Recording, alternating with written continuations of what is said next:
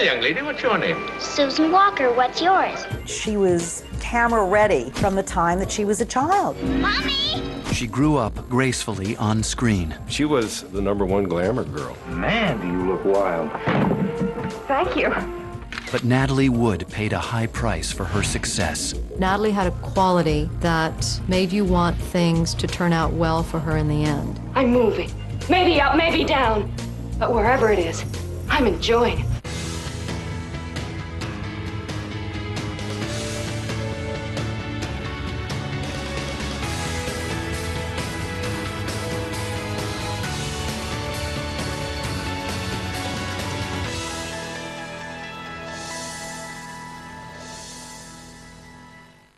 Do you know what the imagination is? Oh, sure, that's when you see things, but they're not really there. She began as a scene-stealing child star. She grew into a sexy ingenue. I love you, Jim. But in a career that spanned 4 decades and over 50 films, Natalie Wood became much more. An icon of Hollywood glamour, beauty, and heartbreak. She was so intelligent and had so much inside her. There is so much to tell about her. Natalie Wood was born Natalia Nikolaevna Zakharenko on July 20th, 1938 in San Francisco. She was nicknamed Natasha by her parents Nick and Maria, who were poor Russian immigrants. After Natasha's birth, her father changed the family name from Zakharenko to Gurdin. He was tired of being called last for everything. My father was a little stereotypical, melancholy Russian, and my mother was quite the opposite. My mother was extremely outgoing and just thought that Hollywood and being a movie star was the ultimate. It was royalty. Maria focused all her energy on her delicate new baby. She frequently took Natasha to the movies, and by age 2, the toddler was a quiet and attentive film goer. They would have newsreels, and they would have a camera that would sort of point toward the audience, and Maria would whisper, Natasha, the cameras, they are on you.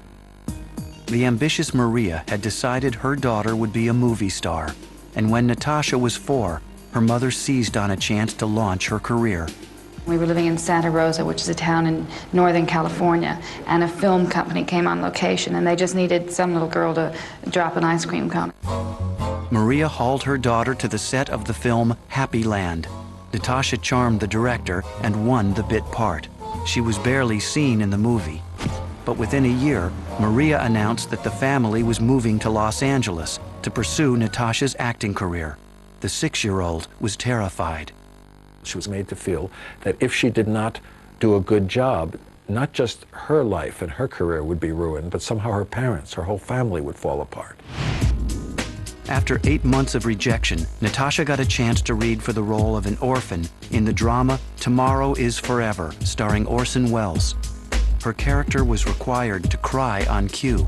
Maria had brought with her a butterfly in a glass jar, and knowing that Natalie was such a sensitive child, tore the wings off the butterfly in front of Natasha, who cried as if it were coming from the very depths of her soul. Natasha's tear-filled screen test won her the part, for which her hair was dyed blonde. With coaching from her mother, Natasha became the perfect professional. Polite, smart, and above all, obedient. I couldn't read, of course. I was only in kindergarten, so the lines were read to me, and I learned them, just from hearing them. International Pictures offered its new discovery a 7-year contract. But young Natasha Gurdin was irritated to learn she would have to take on a more American-sounding name, Natalie Wood. Natasha was appalled at the idea, and she thought that was not very pleasant to the ear and certainly didn't conjure up a pretty image, I think is the way she put it. Although she was unhappy, Natalie did her best to accept the change. It was what I was told to do, and I did as I was told, and I was kind of a dutiful child. After the success of Tomorrow is Forever, one of Hollywood's biggest studios, 20th Century Fox, hired the gifted newcomer for a modest holiday-themed comedy called It's Only Human. The film was eventually renamed Miracle on 34th Street. Well, young lady, what's your name? Susan Walker, what's yours? Mine? Kris Kringle. I'm Santa Claus. Starring opposite Maureen O'Hara, Mr. Gailey. John Payne, I think I better get the meat. and Edmund Gwynn, Natalie played a jaded young New Yorker who learns to believe in Santa Claus. He's much better than last year's. At least this one doesn't wear glasses. She knew what she was supposed to do before anybody told her. She was that good. That's what I want for Christmas. You mean a doll's house like this? No, a real house. If you're really Santa Claus, you can get it for me. And if you can't, you're only a nice man with a white beard, like Mother said. Now, wait a minute, Susie. Just because every child can't get his wish, that doesn't mean there isn't a Santa Claus. That's what I thought you'd say. Natalie may have been a professional actress, but she was also an innocent 8-year-old who still believed in Saint Nick. Edmund Gwen, I was nearly going to say Santa Claus.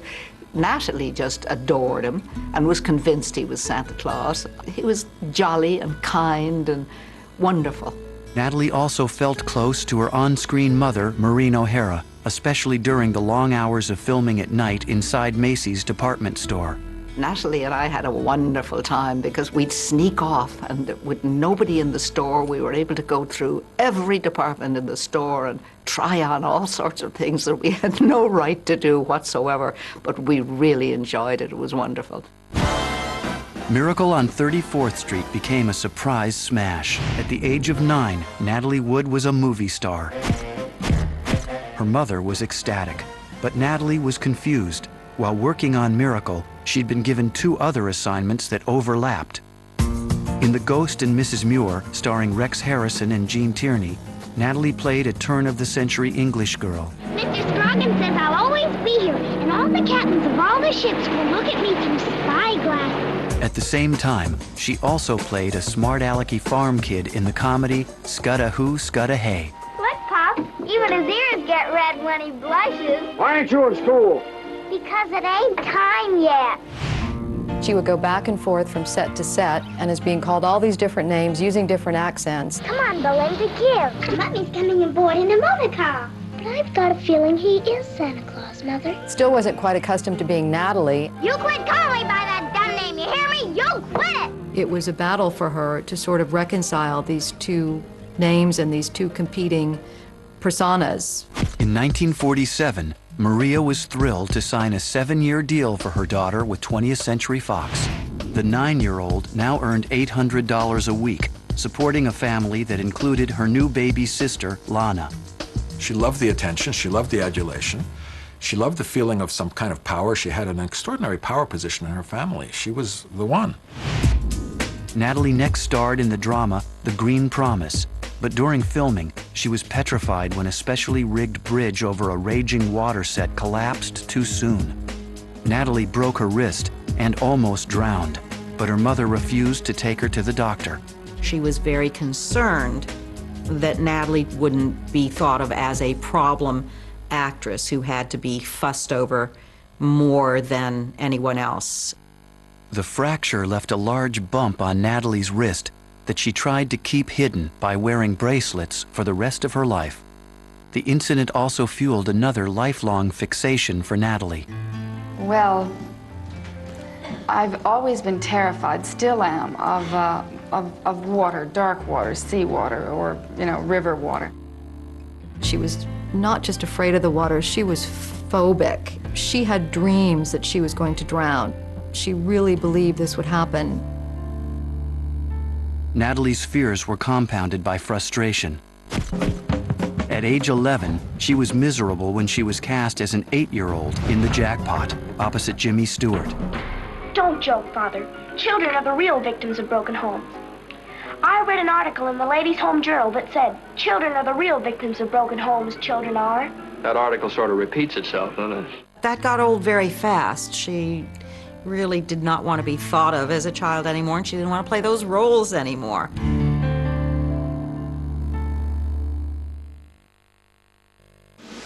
As Natalie Wood moved into her teens, she was happy to be cast in parts closer to her age. At 13, she played Betty Davis's daughter in the 1952 drama, The Star. I got a lot of good training because I was very often the daughter of very famous actors, and so I got a chance to work with them and have sort of a on-the-job, on-the-spot training, as it were, instead of going to an acting school. During production, the eager-to-please teenager learned a valuable lesson from the Hollywood veteran. Natalie had to swim in the film, but she was terrified at the prospect. Davis demanded that the director use a stunt double. Natalie became aware that when you were more important in the industry, you also had a louder voice, and you didn't always have to do the thing that pleased everyone. Within a year, Natalie was blossoming into a beautiful Hollywood starlet, but after a decade in front of the cameras, the 14-year-old wanted more freedom, and she asked to be allowed to attend public high school. She decided that it was unnatural for her to not be with other children her age. She very much wanted to belong so that she could have something approaching a normal childhood. The rebellious teen started smoking and dating. She bought a Thunderbird convertible, and she began challenging her mother's authority. There were a lot of yelling matches. She had been so overly taken care of in her life, and she needed to go out on her own and make some mistakes. Natalie made a deal with her mother. She could do as she liked, as long as it didn't threaten her career. But by now, the vivacious beauty had outgrown roles for children, and movie offers had stopped. Natalie did find work in television, but like many in Hollywood, she felt the fledgling new medium was a step down. In 1953, Natalie starred in the short-lived CBS drama Pride of the Family. She then appeared on the live anthology series General Electric Theater, opposite an intense 23-year-old named James Dean. He had somewhat disparagingly said to her, well, so you're a child actress. And she said, well, it's better than acting like a child. And from that point on, she was okay with Jimmy. Don't talk. Well, I gotta tell you Please this, don't talk. Anybody can open his mouth and let words come out. Talk is so cheap. So awfully cheap. Well, I know that, but this is something that you can't. And that was going to be the first time I was ever kissed, you know, when I was 15 and all that, and I was very excited.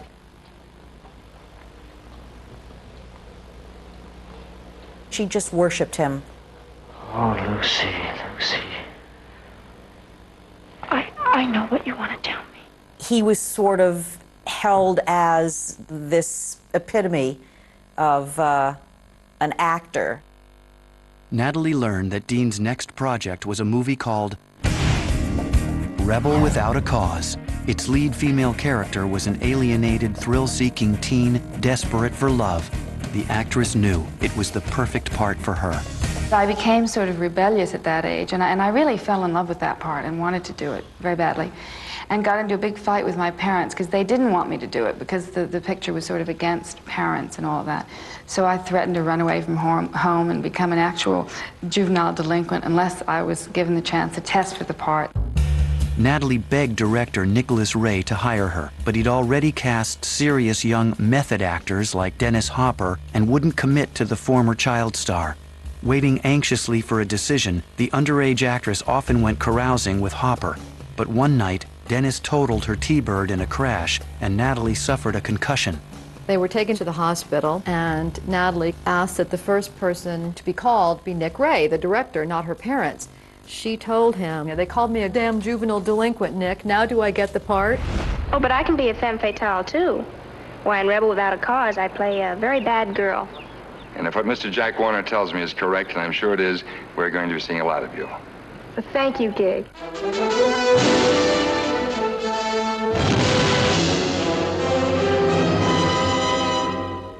Girls don't love their father.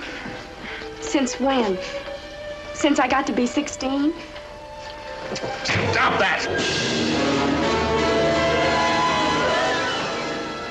On the very last day of filming, Nick Ray realized that he didn't ever have a close-up of James Dean and myself in the love scene, in which I say, you know, Jimmy, I love you. And the welfare worker came over and said, oh no, time's up, you know, she can't work anymore today.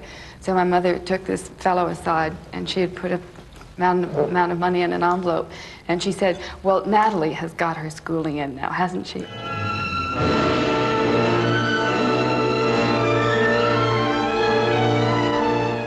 love you, Jim. I really mean it.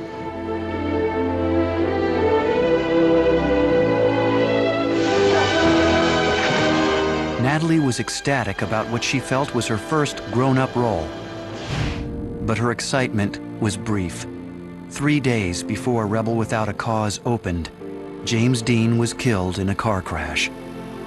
Natalie was hysterical when James Dean died, devastated. She was in New York doing a television show, and my mom was real concerned that she would even be able to complete the show because she was so upset by it. Ironically, Dean's tragic death helped make Rebel Without a Cause an instant hit. The film also catapulted 17-year-old Natalie to a new level of fame. Because of that movie, they saw that she was not just a child actress anymore and she could become a teenage star. Rebel Without a Cause earned Wood her first Oscar nomination.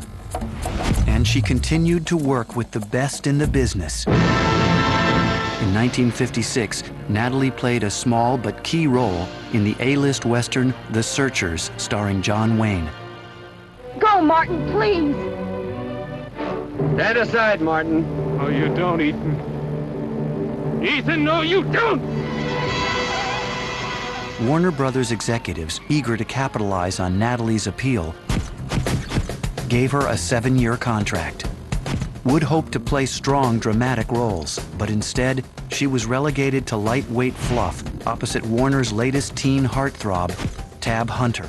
There was a battle going on all her life between the desire to be a star, the need to be a star, the desperate need to be a star, and the need and desire to be good.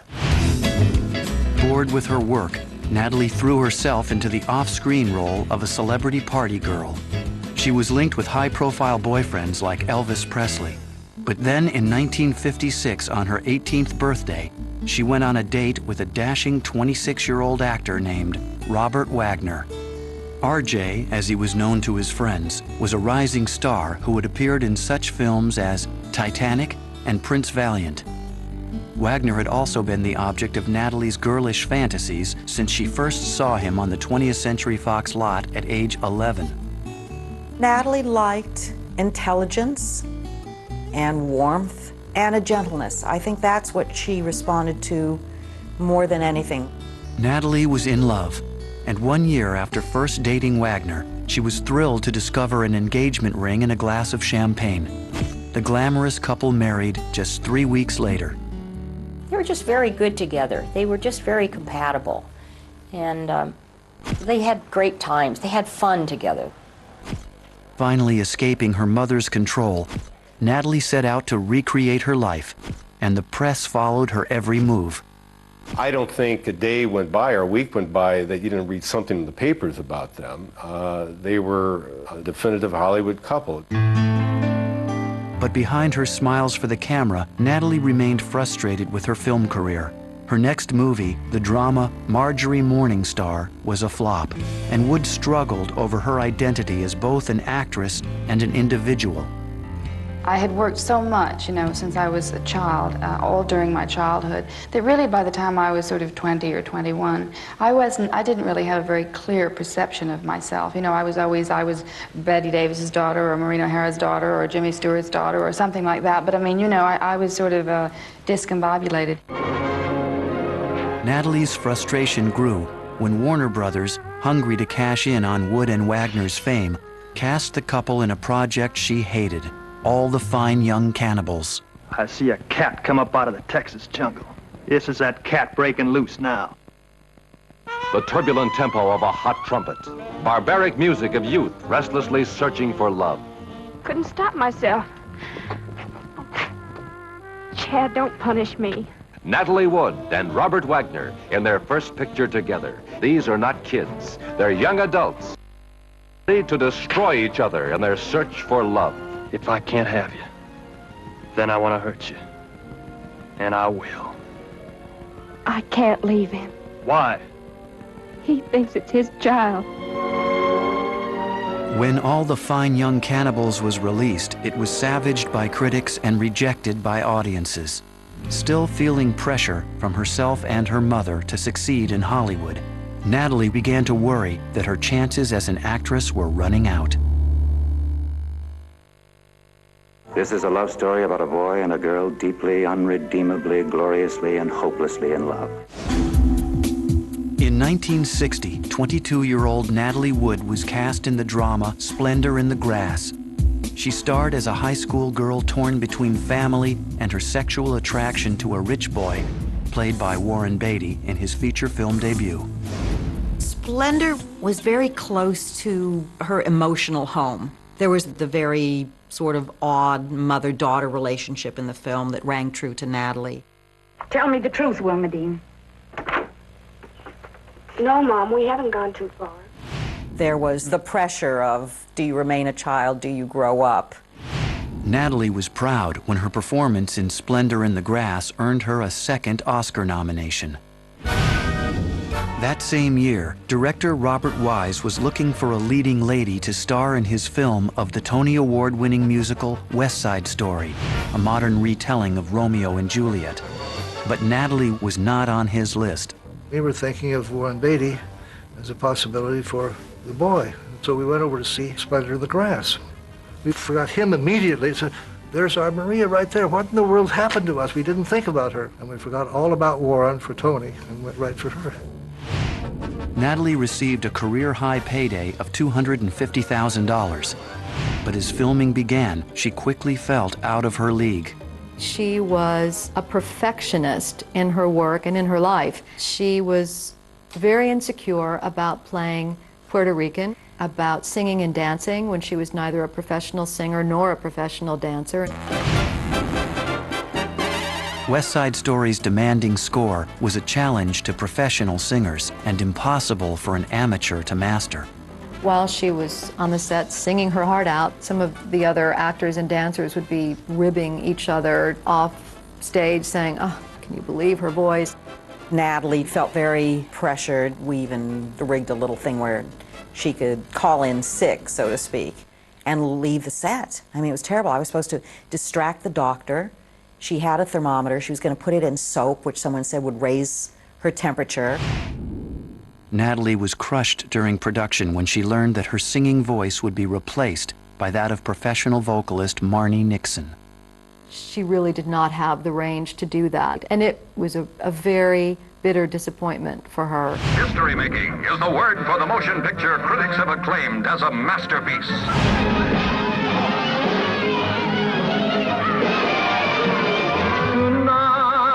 Tonight, I'll see my love tonight, and for us, stars will stop where they are. The minutes seem like hours, the hours go so slowly, and still the sky is light. West Side Story became an American phenomenon, setting box office records and winning 10 Academy Awards. It was little comfort for Natalie, who wasn't even nominated. But the actress had bigger problems. Her marriage was coming apart. There was nothing wrong with the other person as far as we were concerned, but there was a lot wrong with ourselves that needed to be sorted out. The couple's relationship became increasingly strained, and after one final argument, Natalie left RJ. She was heartbroken by the separation and their eventual divorce. 3 months later, Natalie began dating Warren Beatty. Some speculated that the young Lothario was responsible for the breakup. That makes a good story in print. Their marriage did not end because Warren Beatty came along. Beatty and Wood often argued, but the passionate relationship helped Natalie recover from the pain of her broken marriage. Warren has this ability to make you feel like you are the only person in the room at that time. He made Natalie feel very important. The 24-year-old divorcee also started choosing roles that fit her new, more worldly outlook on life. In 1962, Natalie starred in Gypsy with Rosalind Russell. Wood played real-life stripper Gypsy Rose Lee, who struggled to escape the control of her domineering stage mother. There's another character that was very close to her. very close to who Natalie was. Gypsy. This is the big bouncy one about the darling of the runways who made herself a reputation. Starring Rosalind Russell, Natalie Wood, the Hollywood Blondes, and the most mama any girl ever had. I'm moving. Maybe up, maybe down. But wherever it is, I'm enjoying it. I'm having the time of my life. Because for the first time, it is my life. In Gypsy, Natalie finally got to sing. Let me entertain you. I thought she sounded fabulous and told her so, and she got this wonderful smile on her face and said that she was very pleased with what she had done on that. A real good time.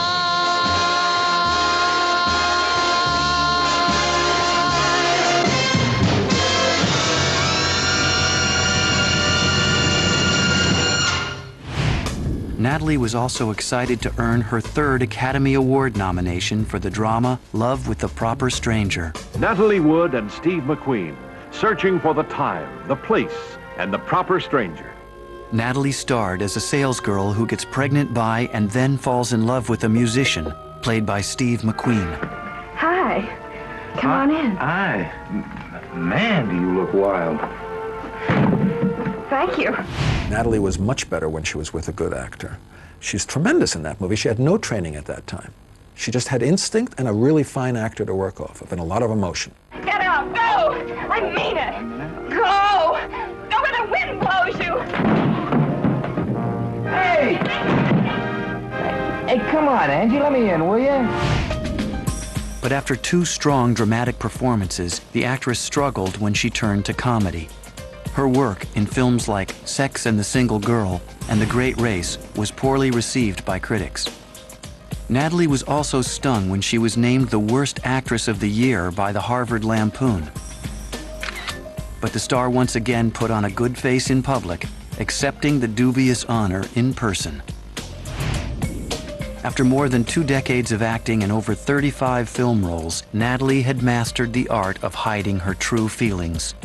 But as her movies continued to fail critically and often commercially, not even Wood's closest confidants realized that her emotions were in turmoil and that the actress was on the verge of a nervous breakdown.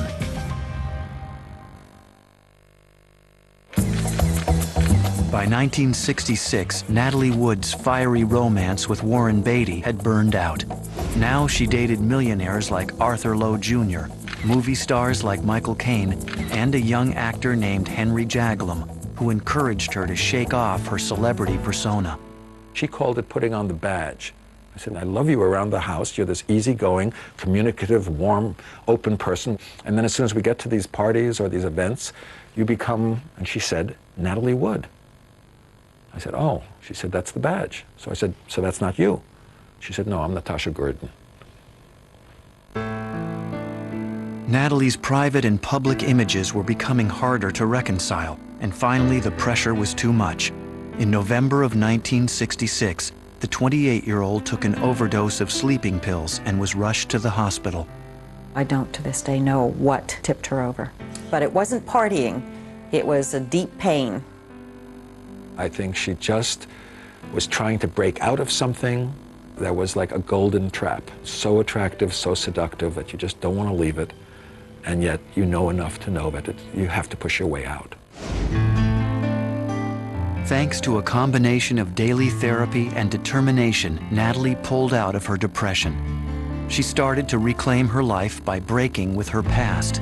Wood paid Warner Brothers $175,000 to get out of her contract. Then she fired her staff of agents, managers, and lawyers. Natalie realized that what she wanted more than a big salary or even a great role was a family of her own. She desperately wanted children. She desperately wanted to raise them in a way that she was not raised. Natalie began seeing a charming English talent agent named Richard Gregson. She made up her mind that her career would not disrupt this relationship. She spent a lot of time in London, where Gregson had a home. She played with the children that he had from his previous marriage, and I think it was a healing for Natalie. In 1969, Natalie and Richard Gregson were married in a lavish Russian Orthodox ceremony. Now 30, Wood hadn't acted in 2 years. The decade of the swinging 60s, a time of cultural revolution, was at its peak. Eager to prove she was still relevant, Natalie played a suburban housewife turned sexual swinger in Paul Mazursky's social satire, Bob and Carol and Ted and Alice. The film co-starred Robert Culp, Elliot Gould, and Diane Cannon. Although the movie was about sexual liberation, Natalie, a child of old Hollywood, refused to appear nude. Natalie said absolutely not. And there we were in this supremely sybarific environment. The girls in their bras was the single element that was totally correct for the scene. The movie gave Wood her first hit in years. Natalie was pleased, but at the time her career was no longer her #1 concern. She was pregnant and overjoyed. In 1970, Natalie gave birth to a daughter, Natasha Gregson. She seemed so at peace. There was this wonderful serenity where you felt that she had been fulfilled. Natasha was the name that Natalie never released, that was her real name. And I think through having this child, she felt that she could somehow have an opportunity to reclaim this childhood that she had lost. Natalie also hoped to mend her strained relationship with her mother and moved Maria into the house to help look after Natasha. But Natalie quickly realized it was a mistake. Oh, my mother thought she had another star in the making. My mom couldn't wait. Natalie sent my mom packing in the middle of the day, suitcase, tears running down her face, calling me saying, "Pick me up, I'm walking through park, Natalie told me to leave." Natalie was committed to giving Natasha a happy and normal childhood. But months later, Wood's marriage suddenly collapsed when she discovered that her husband of 2 years was having an affair. She gave me a call and she said, "I've thrown Richard out of the house." She literally had him banned from the property. He couldn't drive onto the driveway. Natalie she ended it at that.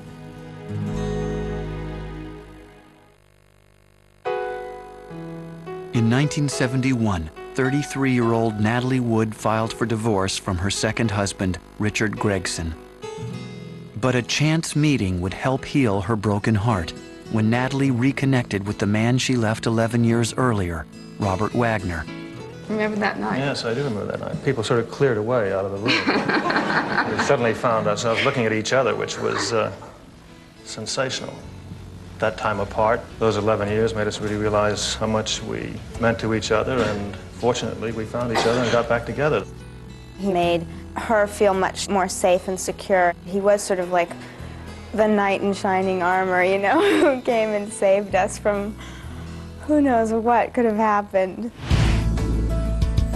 Much had changed since their first courtship.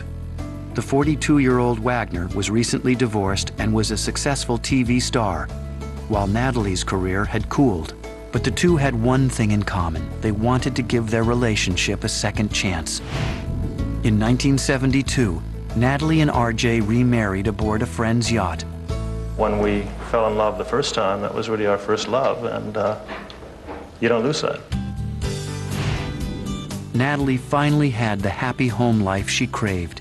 Besides her child, Natasha, she now had Robert Wagner's daughter from a previous marriage, Kate, to look after. Right away I knew she was special. She was so warm and so friendly. And I remember Natasha was about 18 months old and in her crib, and clearly right away it was obvious that she was the apple of her mother's eye. I would say that this time their family and their home meant more to them than their careers, and they were very dedicated to having a happy family and family life. In 1974, Natalie gave birth to another daughter, Courtney Brooke Wagner. The children were always her first priority. When Courtney came along, I think that kind of made it all come together. For Christmas time or Thanksgiving, it was always a big deal. I mean, that actually was extravagant and was a big deal. They'd have Santa coming to the house, and lots of kids were around. While maintaining a happy home for her children, Natalie also made sure to spend time alone with her husband. She and RJ often cruised on their yacht, the Splendor, named after one of the films Natalie was proudest of, Splendor in the Grass. Her fear of water wasn't a factor when she was on the ship. The boat was in the water, she wasn't, so it was all right. But it was also, the boat was a wonderful escape for her, you know, where she could literally leave the telephone and the pressures behind. As long as she wasn't swimming, she was fine. What's your name? Tucker. It'll have to do, I suppose. As much as she loved being a wife and mother, Natalie liked to work. In 1975, she went back in front of the cameras, starring as a sexy femme fatale in the film noir spoof Peeper, opposite former boyfriend Michael Caine. But after years away from acting, Natalie was uncomfortable on the set, and it showed. I had this feeling that you were Ellen Prendergast, but it was only a hunch. Do I know you, Tucker, or just your type? I'll tell you a secret. Must you? My goodness, a concealed weapon. It's a terrible burden on me. We must all bear our crosses. Slammed by critics, the film quickly vanished. The fact that Peeper wasn't a huge success was a signal to her that she no longer had the stature that she had once in Hollywood. Now in her mid-30s, Natalie was rarely considered for plum film roles. To increase her visibility, the actress turned to television and won good notices in several high-profile projects. Wood enjoyed working with her husband in the NBC production of Cat on a Hot Tin Roof. She appeared in a miniseries remake of From Here to Eternity. She also proved she could do more than act by starring in and producing the TV movie The Cracker Factory. But in 1979, Robert Wagner became the family's bona fide TV star. His new series, Heart to Heart, was a smash hit, and Natalie couldn't help but feel overshadowed. There was a part of her that felt lost without performing because it was something that was so, again, inculcated in her that she felt incomplete. Natalie continued to seek out feature film roles, but her next attempt at a big screen comeback, Meteor, burned out fast at the box office. At age 42, Natalie was still lovely, but younger actresses like Diane Keaton and Meryl Streep now reigned in Hollywood.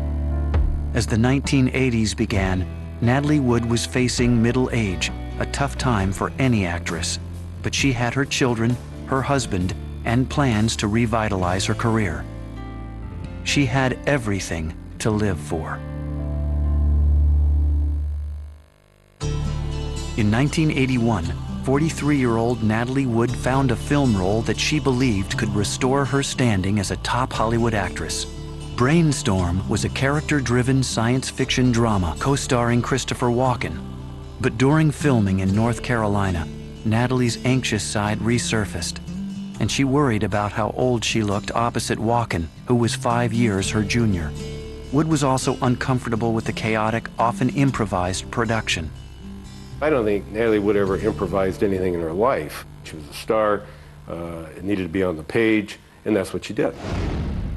During a break in shooting, Natalie was delighted to return to her family in Los Angeles in time for Thanksgiving.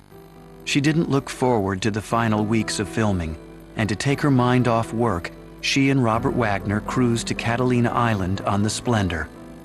Christopher Walken joined them, but the pleasure trip took an unexpected and unpleasant turn.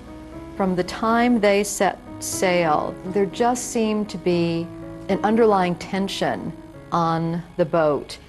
There was also a huge amount of alcohol that was consumed.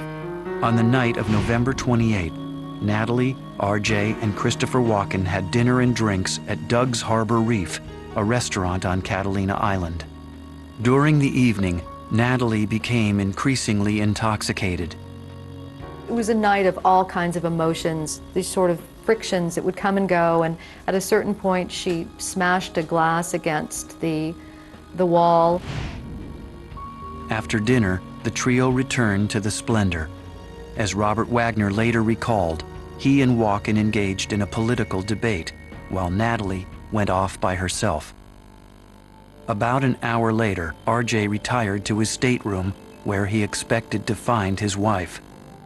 She wasn't there or anywhere else on the boat.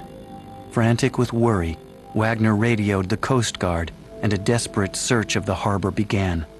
The dinghy was discovered at early morning. Natalie was not with the dinghy. At 7:45 a.m., searchers finally found Natalie. They were too late. At the age of 43, Natalie Wood was dead. At first I thought they'd made a mistake. Oh, absolutely not. It's not her, it didn't happen, can't be. And then I think when reality hit, it was just everything became a blur. The coroner concluded that Natalie's death was accidental. Officials determined that she had fallen into the water while trying to retie the dinghy to the yacht. The actress's shocking death ignited a frenzy of morbid speculation and gossip in the media. But one horrible fact was beyond debate. Natalie Wood was gone, taken by the deep, dark water she had feared all her life. My mother never stopped weeping for Natalie, ever. That's when my mother's mental health began to decline. My mother was never the same.